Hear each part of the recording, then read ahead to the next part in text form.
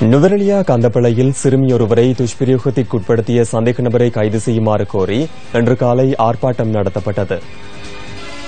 பாக் தோட்ட மக்கள் மற்றும் கந்தப்பள நகர மக்கள் இணைந்து இந்த ஆர்ப்பாட்டத்தை நடத்தியதாக எமது செய்தியாளர் கூறினார்.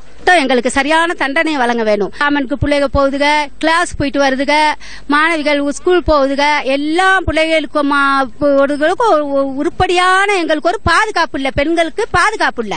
பெண்களுக்கான பாதுகாப்புக்காகத்தான் இந்த போராட்டத்தை நாங்க இன்னைக்கு நடத்தி இருக்கிறோம். இனிமேல் உள்ள பிள்ளைகளாவது நாங்க பாதுகாத்துக் கொள்ளணும். அரசாங்கம் தலைப்பட சட்ட நடவடிக்கை எடுக்கணும் கேட்டுக்கொள்வதோடு கடந்த 11ஆம் தேதி 16 வயது சிறுமியை 4 பேர் கடத்தி சென்று பாலியல் துஷ்பிரயோகத்திற்கு உட்படுத்தியதாக போலீஸ் நிலையத்தில் முறைப்பாடு செய்யப்பட்டிருந்தது. இதற்கமைய 3 சந்தேக நபர்கள் கைது செய்யப்பட்டு விளக்கமறியலில் வைக்கப்பட்டுள்ளனர்.